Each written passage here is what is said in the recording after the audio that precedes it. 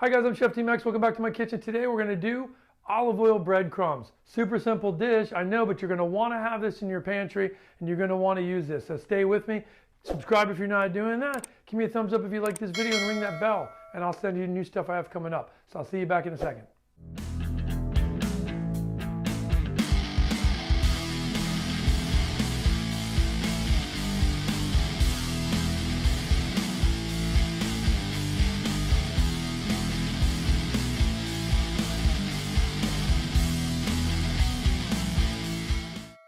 Okay guys, we're back and I'm going to start my pan here, and this is really the simplest thing, but I want to show you guys how great this condiment is to having. So you're just taking simple extra virgin olive oil, and you can see, look at the color of that, right? Beautiful olive oil. I'm not being cheap on it. I'm being very liberal, and I've got some panko breadcrumbs. Now you could use different breadcrumbs you might have. If you have a really good old French bread sitting around, or ciabatta or something, and you want to whip that up in your little mix, in your robacoux, or we call it Cuisinart as well. You can do that and then kind of strain out the really fine hairs and get kind of the crummy ones. And that's why I like the panko is just the easiest, because it's such a good blonde breadcrumb and it's got a little bit of size to it. Now, when I'm coating something with panko, sometimes I'll crunch it up smaller so it gets a little finer crust on it, or if I want a really hearty crust, then I leave it whole like this, and it gives a little bit more body. So we're going to put all of that in there. You're going to want to put enough. You want to put like just, you can see this is a full teaspoon. So I'm going to do a half a teaspoon of salt. I'm going to go too much, and then I'm going to put a little pepper in there, okay, to give it a little bit of spice. Now, with this, the key is kind of mixing it around and keep going. Now, I do make a condiment too called garlic confit, or like a roasted garlic puree. You can click up here and see that, and that's another great one. So if you're making that garlic, those garlic cloves that you've cooked in oil, we strain those out, puree the garlic cloves, and make this paste. And that paste you can keep in your fridge for a long time. It's another great condiment, but that oil from that garlic oil is great to use in this, because that's extra virgin olive oil too, and it's olive oil that we've simply infused with a garlic flavor, so it would add garlic flavor to your crumbs. And most of the time you're going to serve these crumbs, garlic's going to be fine to put in there. So a lot of different dishes that I do, you'll see this, you tend to see this a lot in Italy, the use of kind of a crunchy breadcrumb on top of casseroles. You would see it like on an eggplant casserole. After it comes out and roasted, they'd stick the olive oil breadcrumbs on the top. Otherwise, you would see it sometime on pastas, because pastas are super delicate. So you've got this beautiful soft pasta, and the olive oil breadcrumb gives it a nice crunch. So it's a great condiment to have.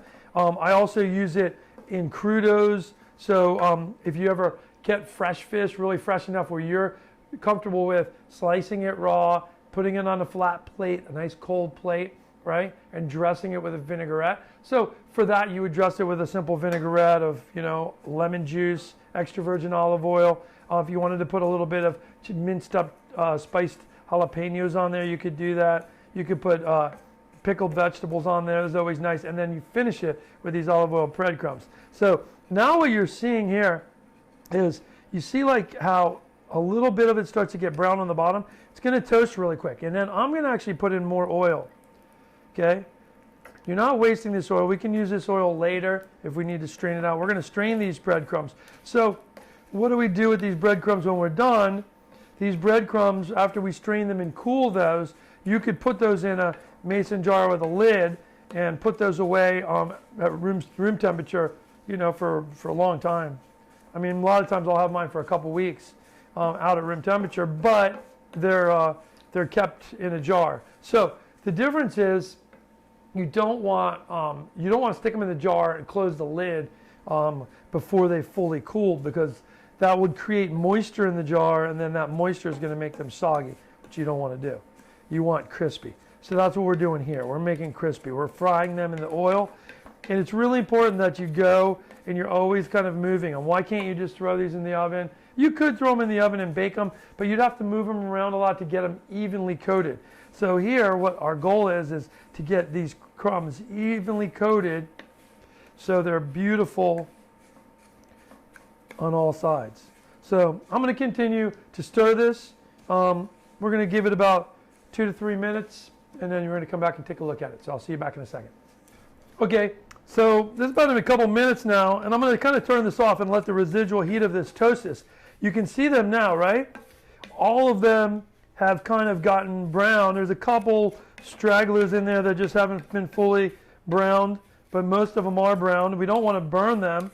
So at this point, you turn it off and you let the residual heat of the pan kind of continue to cook them. The oil is still hot, still toasting these, but you can see the color.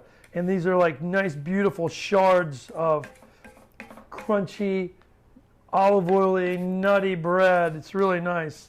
So if you don't want to use olive oil and you wanted to use butter, you could use a clarified butter. Click up here and you can see this ghee recipe. That ghee recipe works great because the butter's been clarified and it doesn't have the milk solids to burn in there. So they've already been kind of browned a little bit. So when you put the ghee in instead of the extra virgin olive oil, it's going to give you that same kind of easy way to fry without burning it, but also it'll give you a nuttiness. So if you like that, try that recipe that I just attached and you will like that. So with this, we're looking to taste it.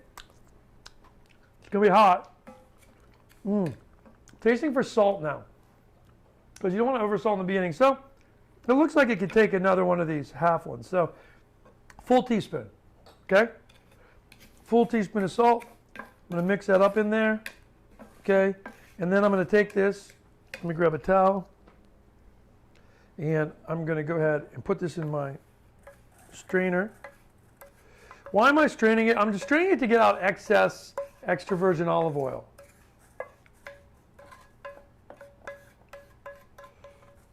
Like this. Okay? And we got it all. Now I'll just let that sit in here like this.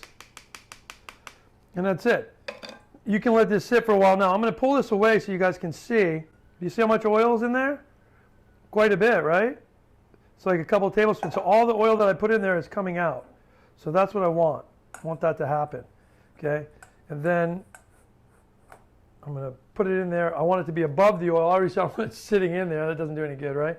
So this olive oil breadcrumb, again, put this in a little mason jar like this. You can put it in a little plastic container, right, like where your panko was, and just put olive oil breadcrumbs. But you got to let it cool completely. So let this cool down for at least an hour, right? So there's no warmth to it whatsoever, okay? Then put it in your jar, package this away. I got recipes coming up soon, okay, for you to see with these olive oil breadcrumbs, and you'll have this beautiful reference to go back. But again, you could put it on top of any kind of soft dish. You want to have polenta, you know, with a little bit of stewed meat in it. You could put the olive oil breadcrumbs on there for crunch. It's the best on pasta. You can put it on any one of your casseroles. You're making a green bean casserole for Thanksgiving, boom, stick it on the top. You're making a cauliflower casserole for Thanksgiving, there you go, stick it right on the top. And it's going to be amazing. So it adds beautiful crunch, and you can put it on at the end. You don't have to bake it in there because then it would get soggy, right? It gives you immediate crunch.